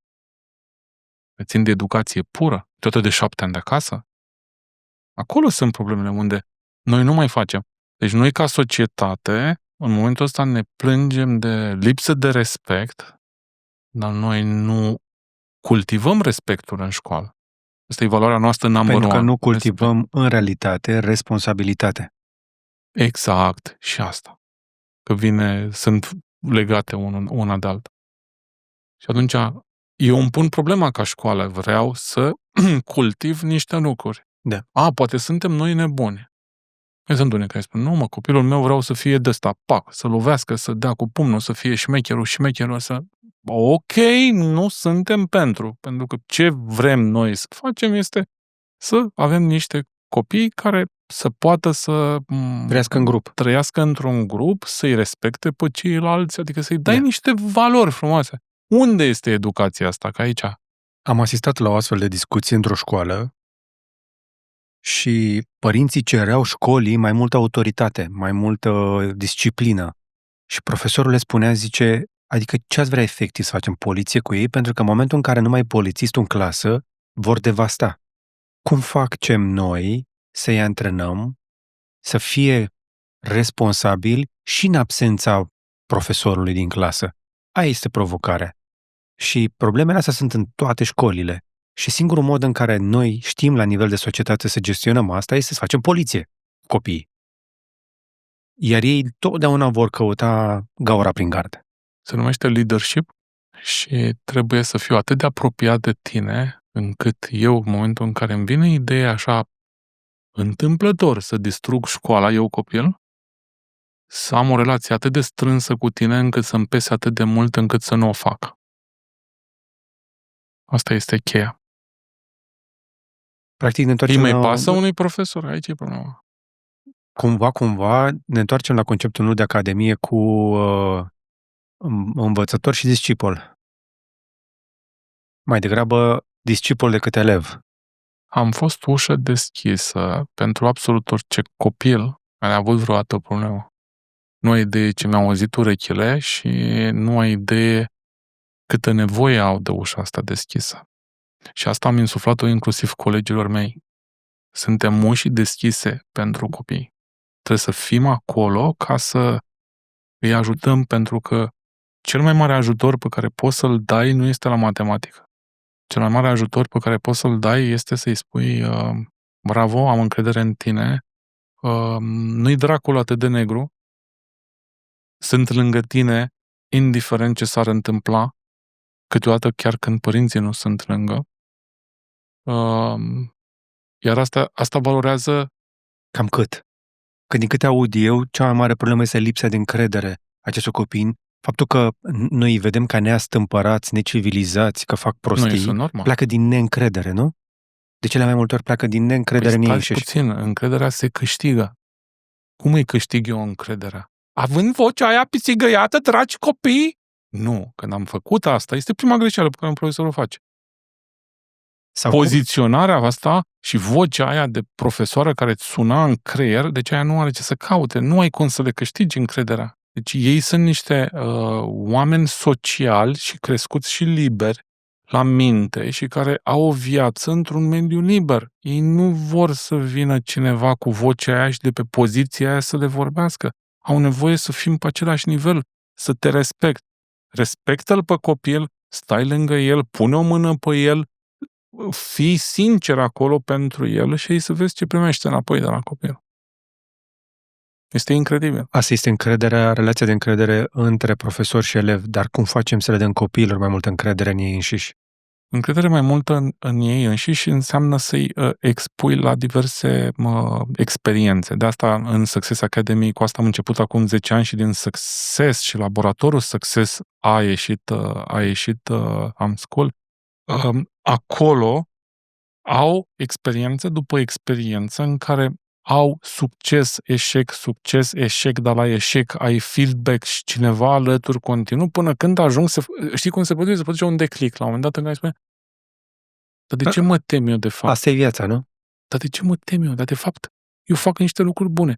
Dar de ce mă compar cu ăia când eu de fapt sunt altcineva? Și sunt foarte bun. La discuția aia cu mâna care ți-a fost dată. Că te uiți la ce ai, cum ești, la chestiile astea și zici, care n-am avut noroc. Știi? Care n-am avut noroc. Dar stai puțin. Încrederea de sine, ea se manifestă dacă imaginea de sine pe care eu o am e ca un tablou. Când mă uit eu la mine așa în mintea mea, îmi place sau nu îmi place tabloul ăsta? Din păcate, lucruri de genul caz de acum, pe care îl am. Măi, numele de familie. Mintea ta este prea proastă ca să poată să înțeleagă vreodată matematică. Ei, chestia asta spusă unui copil în clasa 6-a, nu ai idee ce generează.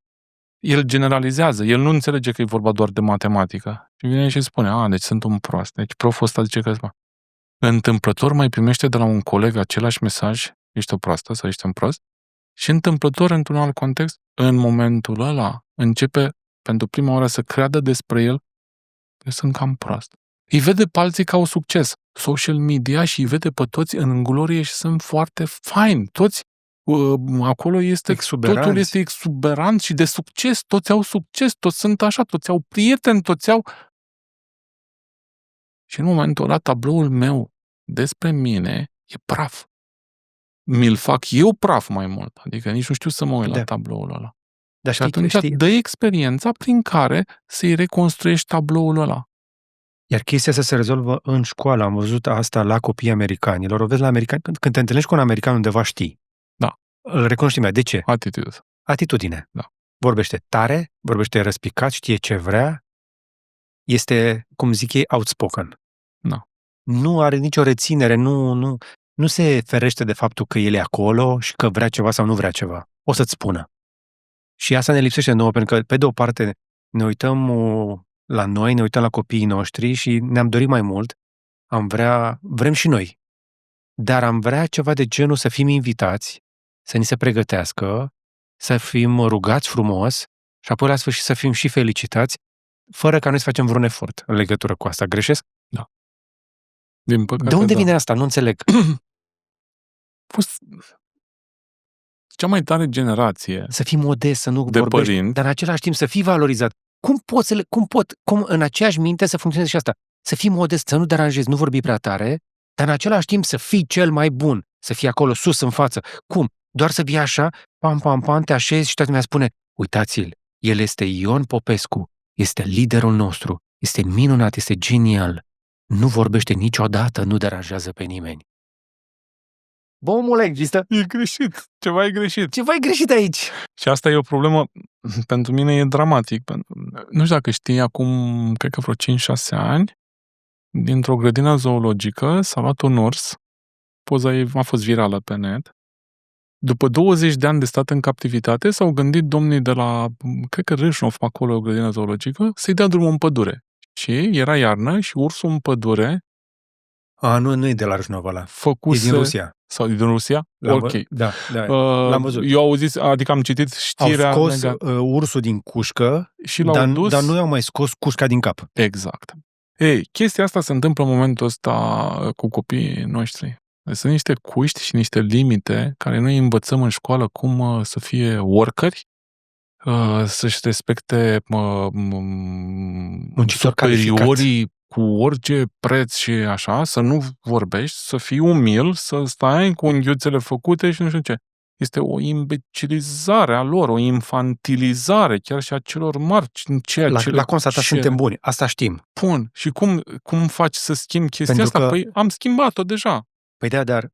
Creează un mediu de învățare deschis, open, în care eu nu spun ție ce să faci și cum să faci, tu ți-asumi, în care discutăm și în care poate să vină oricând să spună, băi, dăm și mie un feedback sau uite care e problema mea. Și să poate să facă, să ceară. Cel mai important verb la noi este a cere ajutorul. Noi nu cerem ajutorul. Noi suntem educați să nu cerem ajutorul. Leadership esențial înseamnă două verbe. A oferi ajutor și a cere ajutor. Ok.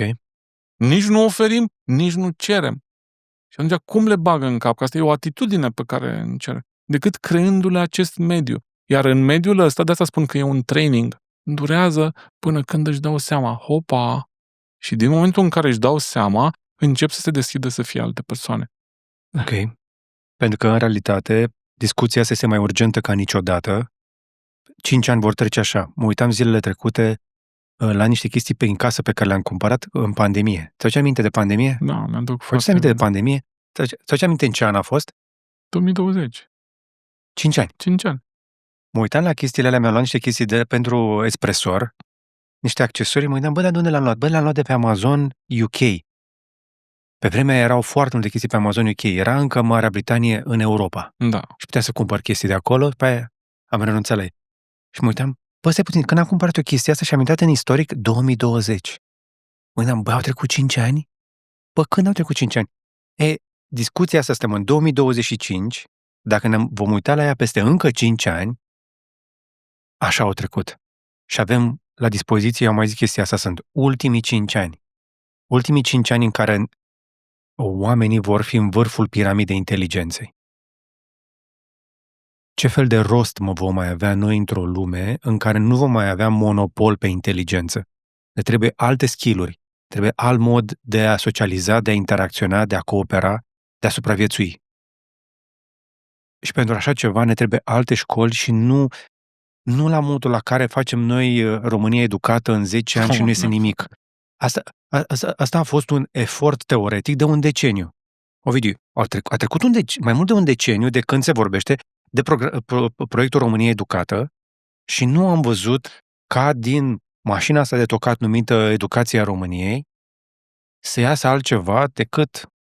De asta spun, eu nu cred în soluții centralizate. Am fugit și am văzut ce a însemnat centralizarea 50 de ani de comunism. Atunci trebuie să te provoc. Ne apropiem de final, vreau să scot ceva valoros de aici. Am vorbit mai devreme despre chestia asta cu move fast, break things, da? Hai să spargem regulile. Ok. Dacă se uite cineva la noi în momentul ăsta și înțelege clar că școala te scoate prost și că trenul ăsta marfar nu o să schimbe direcția la timp, nu are timp, nu are cum, este mult prea greu. Oricât de bun și de bine intenționat va fi Daniel David și câțiva oameni de acolo, nu cred că învățământul românesc poate să o cotească la timp. Care este soluția? Ce le spunem oamenilor să facă în momentul ăsta? Instinctul meu mie mi-a spus, pe exemplu, să nu bag copilul în sistemul public, pentru că scoteam de acolo un copil frustrat. Copilul meu mi-a vorbit, înainte să apuce să vorbească bine, în grădiniță, a făcut greva apei. Da. Copilul meu refuza să bea apă la grădiniță până nu am scos-o de acolo. Nu știa mare lucru despre lume. Nu avea concepte de genul ăsta cu bine-rău sau că pur și simplu a simțit ceva în ea că locul ăla nu e ce-i trebuie acolo. Copiii simt. Da. Am scos-o de acolo și am introdus-o într-un sistem de genul de care vorbești și tu, în care copilul meu stă într-un cer și face chestii. Eu am înțeles chestia asta. Este scump ca naiba. Dar mă ustură de fiecare dată când plătesc factura aia. Dar ce le spunem oamenilor din țara asta care poate nu își permit să-și dea copiii la o școală privată, care n-au avut de mult noroc? Learning-ul e la liber în momentul ăsta, ai spus și tu mai devreme. YouTube-ul este cea mai mare școală care există la ora actuală în lume. Are milioane de cursuri și milioane de profesori. Ok. Trebuie să mai știi să le iei. Orice părinte trebuie să înțeleagă că educația propriului copil nu este în grija statului, nu are cum să fie. Este a mea ca părinte și a copilului conform intereselor și talentului Îi fac lui. YouTube Premium și dau atunci o tabletă? încep să-i dau content-uri sau găsesc lucruri care țin de domeniul de interes, pentru că nimeni nu-și pune 60% din populația României, nu din populația activă, joburi, da? Deci oamenii ăștia sunt angajați și nu fac jobul pe care și-ar dori să-l facă. Și nimeni nu-și pune problema asta, ce înseamnă la nivel de PIB. Și nici ce înseamnă la nivel de 3 PIB? sferturi sau școlite în alte domenii decât cele în care profesează. Da, pe despre asta spun. Ce înseamnă la nivel de PIB când noi distrugem interesele copiilor că ei trebuie să treacă până în BAC sau până nu știu ce capacitate. Nu știu dacă știi, dar în clasa 9 toți își pierd hobby-urile. Deci clasa 9 este egală cu pierderea majorității. Dacă el făcea pian până nu știu ce an, când a ajuns într-a noua, de ce? Pentru că cerințele la nivel de liceu devin brusc foarte mari și mai există o zonă care intră în viața lor și care nu era acolo, zona relațională. Acum am dat seama, eu într-a nouă am renunțat la sport. Da, și eu. Făceam sport și devenisem bunicel. Dar nimeni nu mai vrea și instinctual fac asta. Deci am copil care fusese admis la Balșoi, da? Balerin, admis deja. Și care spune, eu nu mai vreau să fac balet. Pentru că e overload, este supraîncărcarea din liceu. Nu mai vreau. De ce? Că nu mai vrea. Și dacă te duci în spate, la el a fost o chestie de și de adaptare și a fost o chestie în momentul ăla de prieteni.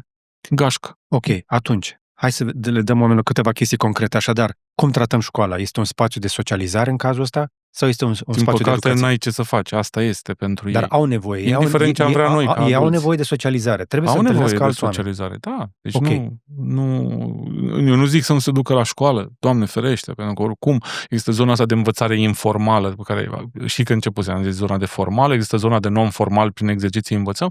Zona de informal este cea care ne aduce cea mai multă informație, ever. Nu există mai multă dacă ei să o iei la nivel global. 2. M-aș uita spre viitor ca părinte și a spune, ok, ce ar trebui să învețe? Hai să definesc zonele astea foarte importante și le-am spus deja. AI, păi e un must să știe. Nu, hai să înțelegem AI. Dar dacă nu se predă la școală, ce fac? Spune și tu mai devreme, eu am învățat AI pe YouTube. La 8. Așa. Eu am învățat AI, AI pe YouTube. Ok. Și pot să învăț. Sunt cursuri gratuite. Google a scos acum de curând, face cursuri gratuite de AI care sunt online. Care nu doar Google, și Anthropic, și OpenAI. Anthropic și OpenAI erau mai vechi. Dar Google am înțeles, am văzut știrea, n-am verificat, nu m-am dus să văd exact despre ce este vorba. Au apărut de asemenea cursuri gratuite pentru copii făcute special. Da. Cursivul a scos un curs acum, de Cursiv. curând, pentru copii AI, pentru copiii 7-13 ani. Ok. Ceea ce mi se pare super bine. L-am așteptat și eu pe fiul meu din cantonament, că vreau să-l bag și eu la ei. De asta mi-a impresia că e plătit. Da, cred că e plătit, dar era o reducere foarte mare. Adică vorbim de câțiva Am un dolari. pont pentru cei care au Revolut Metal, am observat, au abonament la Masterclass. Da. La Blinkist. Da. Sunt câteva chestii. Verificați-vă beneficiile, spre exemplu, dacă aveți niște din astea, că poți să găsești lucruri foarte valoroase. Da. Și hai să ne uităm în copilul nostru, că eu asta fac cu fiul meu, mă uit la interesul lui. Îi văd, are interes spre basket, are interes spre drawing, știe să deseneze, poate să deseneze, adică să uită la fața ta și începe să o facă pe ceea ce este așa și mai nou are interes pe zona asta de finance. Păi atunci voi învăța împreună cu copilul meu și eu. Și AI. I l-am introdus eu, îi place, nu-l vede ca ceva separat, ci ceva care stă de vorbă cu Gemini și îl întreabă, ok, ce face Steve Curry? Câte antrenamente are pe zi? Câte aruncări? El îl întreabă și discută câte aruncări are zilnic pe fiecare antrenament la coș. El se identifică cu Curry, aruncă foarte bine la 3. Și mi se pare genial, pentru că învață și mănâncă timpul care altfel probabil ar fi stat într-un TikTok dacă ar fi mai mare. Și atunci am tot interesul să-i educ zona asta care să folosească cum trebuie AI-ul, nu pe post de search, cum se folosește acum. Okay. Și prin asta să se ducă pe celelalte zone și iar eu stau cu el. Noi doi facem... Cât timp aloci pe zi? 2 ore în medie stau și de unde ai tu 2 ore pentru asta în fiecare zi? Fac cu el. N-ai servici? Nu am, mi le fac. Ba da, am servici, dar eu sunt de obicei cel de serviciu și îl iau la ora 4 din școală. Avem jumătate, 3 sferturi de oră de mers cu mașina, ceea ce înseamnă că facem learning în mașină și check pe școală, dar facem learning în care îl punem de cele mai multe ori, îl avem și pe Gemini cu noi. Discutăm în 3 lucruri despre orice. Okay. De la care sunt toate cele 10 lucruri inexplicabile în lume la ora actuală. Păi zic, de unde să știu, mă, așa? Zic, unele, da, sunt inexplicabile cum au făcut ăia piramidele. Încă nu e un verdict. Dar hai să întrebăm pe prietenul nostru. Hai, și de acolo începe o nebunie totală. Adică, cred că implicarea ta ca părinte în actul educațional real al copilului, care vine pe interesul lui imediat atunci, este un must și nu aruncat. Pentru că dacă nu faci tu educație... Ne-ai dat greu, Ovidiu. Ne-ai dat greu. Tu vrei să spui că noi trebuie să ne asumăm responsabilitatea, nu doar noi, adică nu doar copiii trebuie antrenați pentru responsabilitate, trebuie să avem noi responsabilitate în legătură cu soarta lor. Tata stătea cu mine. Cei drept, a existat generația bunicilor noștri. În generația bunicilor noștri erau cei care, copiii nu se jucau și nu făceau activitate de învățare. Copiii lucrau. Nu știu dacă știi. Da. A venit generația părinților noștri în care ei deja nu mai erau la țară, ai mei erau deja ajunsese la oraș, lucra în spital, dar care aveau acel timp liber și nu aveau nici televizor, nici social media, nici alte lucruri. Așa. Și atunci tatăl meu îmi arăta cum se schimbă bujia, cum se schimbă o roată, cum se schimbă o priză, uite, hai să mergem în pădure, Adică acești părinți ai generației mele au fost cei mai implicați. Și acum vin părinții ocupați din ziua de asta. Dar dacă eu mă uit la un părinte ocupat și văd timpul de stat pe social media, pe ecran, eu sunt convins că are 4 ore minim astăzi pe care le duce acolo. Și îi zic atâta. Din astea 4 ore, poți să iei o oră, nu 2, una. Pentru copilul tău. Asta înseamnă ceva foarte important. Înseamnă să-ți iubești cu adevărat copilul. Îți iubești copilul cu adevărat, că nu cred că vreun părinte nu-și iubește copilul, ci este o chestie să-l iubești activ, nu doar teoretic. Ești de asta am pornit o campanie în momentul ăsta care se numește Educație pentru Educație. Pentru că inclusiv în business, deci eu stau de vorbă inclusiv cu oameni de HR. și care îți vorbeau de learning, dar tu în spate înțelegeai că habar n-are ce e acolo. Că știu la nivel de suprafață lucrurile, Da. ce înseamnă un program de... Dar nu știam la nivel de substanță. Unde e campania asta? Adică... Nu, e o campanie a mea personală. Ok. Am început să vorbesc mai mult despre educație și, normal, e interesul meu în zona asta, nu mă ascund, adică n-aș fi un ipocrit să o spun altfel, în zona de părinți, ca să ne uităm, pentru că lipsa de cultură pe educația asta pentru educație, noi credem că e bine și, de fapt, nu e bine. Știi că îți spusese mai devreme, dacă eu îți spun copilul tău poate fi acel 0,1% top of the top din MIT, mai crede, și îți spun că 99,99% nu e adevărat asta, nu te cred. Hai să schimbăm puțin chestia asta. Că putem să o schimbăm. Hai să ne uităm și să le alocăm copiilor, că nimeni nu le alocă timpul ăsta. Profesorii nu sunt lângă. Au o relație Hai să recapitulăm, să facem un mic inventar. Încă o dată, ne apropiem de final, nu mai avem timp. Și mi se pare că vreau să lăsăm pe oameni cu câteva chestii actionable, da? Câteva acțiuni. Așadar, indiferent la ce școală merge copilul tău, va trebui să te mai implici și tu în educație, să-i plătești meditații nu ajută, să te implici tu împreună cu el, să înțelegi, să-i vezi interesele. Și pe 3 zone. Asta e un program pe care hai să-i dau ceva hard pentru creier, da? De exemplu, am dus pe fiul la Soroban. Pentru că trebuie să-i dau ceva pentru sufletel. Ok. Pentru că vreau o educație... Adică ceva pe bază de arte, creativitate? Da. Hai să deseneze, în care să... Așa. Și 3, am eu o problemă cu a ști să cânte la un instrument care e undeva în mijloc și între creier și artă, dar îl va ajuta mai ales ca băiat, sigur o să-l ajute în zona de liceu, 100%. Și la asta am ținut și am băgat și asta, și sport. Și sport. Fetele nu mai fac sport, din păcate. Văd un trend nou, să știi, văd mai nou că fetele trag la volei. Aud foarte multe fete care trag la not, la volei, da. După se trag unele pe altele. Distrugere cu asta. Eu tot timpul am avut același mesaj. Băi, aveți niște paravertebrale și o să fiți mămici la un moment dat. Și? Ai nevoie de sală. Băieții mai joacă o de asta, cum se cheamă, în fața blocului, între ei. O miuță, din aia. Dar fetele nu. Fetele destul de statice. TikTok. Dar sunt mai multe fete care încep să se miște. Perfect. M-aș bucura. Bun. Ridicăm presiunea de pe copii, nu le mai cerem note mari și să stea încolonați la școală. Ne concentrăm mai mult pe învățarea asta ușor alternativă. Dacă putem, îi trimitem privirea în viitor. Cu privirea în viitor. Pe ce va fi peste 20 de ani, nu pe ce azi. Conținut educațional de pe YouTube. Da. Te preferați fără reclame. Aia 29 de lei. Luați un premium, 39 de lei sau 20, e 39 de lei. Face toți banii. Face toți banii. De acord. Și niște tabere dacă poți. Da. Niște experiențe, timp petrecut cu el, urmărește și cred că cu ce am rămas valoros din toată treaba asta e că e o ocazie bună ca și noi să ne dăm refresh. Pentru că noi am vorbit de copii toată bucata asta, dar în realitate schimbarea vine pentru noi toți. Da.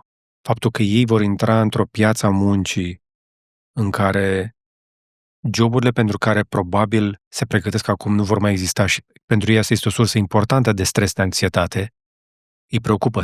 Stau de vorbă cu oameni, vorbeam cu copilul norvegin iarăși, care tot așa se întreabă el pentru ce se pregătește când auzi schimbări din astea odată la un secol, cum urmează.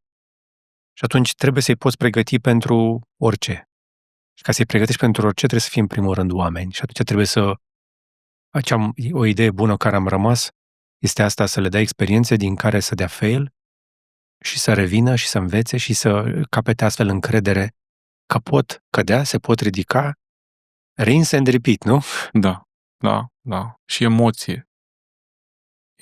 Deci trebuie acolo să spese, pentru că în momentul în care îți pasă, el simte și exchange-ul este. Și atunci câștigi și încrederea. Okay. Bullying. S-a vorbit și de bullying, uite-te la el. Este un indicator al failului unui sistem. Da. Real. Da, am văzut copii de familii bune, inclusiv de profesori care la rândul lor sunt bullies. Pentru că și părinții șocați, vai, de copilul meu. Când îi pus valori în cap, copilul nu mai e bully niciodată. Ok. Bine. Ovidiu, mulțumesc! Și eu mulțumesc de invitație. Este încă o conversație valoroasă, cred eu, despre importanța educației indiferent de vârstă. Îi spune educație, dar până la urmă este adaptare și supraviețuire în viitor, într-un viitor care se transformă. Sunt puține locuri unde putem să aprofundăm genul ăsta de subiecte și tocmai de aceea sunt recunoscători celor care ne urmăresc și care își petrec timp împreună cu noi. Avem o comunitate de oameni cu o vârstă medie care crește, suntem deja la 40 plus. Faptul că te-ai uitat la așa ceva înseamnă că încă îți mai pasă de viitorul tău și ești încă pregătit să te adaptezi încă o dată, pentru că până la urmă asta e viața, nu? E o aventură. Trebuie să ne adaptăm la nesfârșit. Nu putem să sperăm cu toții că vom ieși la pensie din ceea ce facem azi, din păcate. Decât dacă nu cumva suntem preot? Cred că și acolo trebuie. Nu știu dacă e vreo... Da. Eu îți spun că nu am cum să nu învăț zilnic. Și asta e un lucru pe care ar trebui să-l facem cu toții și foarte țintit. Da. M-a întrebat cineva când am mai citit beletristică și am zis, eu beletristică citesc când sunt la mare, în concediu, ca să mă rup de restul, pentru că nu prea am... Avem nevoie și de alea. Da, avem nevoie și de aia, da. Unele dintre cele mai tari idei mi-au venit din SF-uri. Beletristică. Da. Și cam atât însă pentru astăzi. Trebuie să ne oprim aici. Da. Încă o dată vreau să mulțumesc lui Ovidiu, vă mulțumesc vouă, le mulțumesc mai ales membrilor noștri care ne susțin cu abonamentele lor lunare.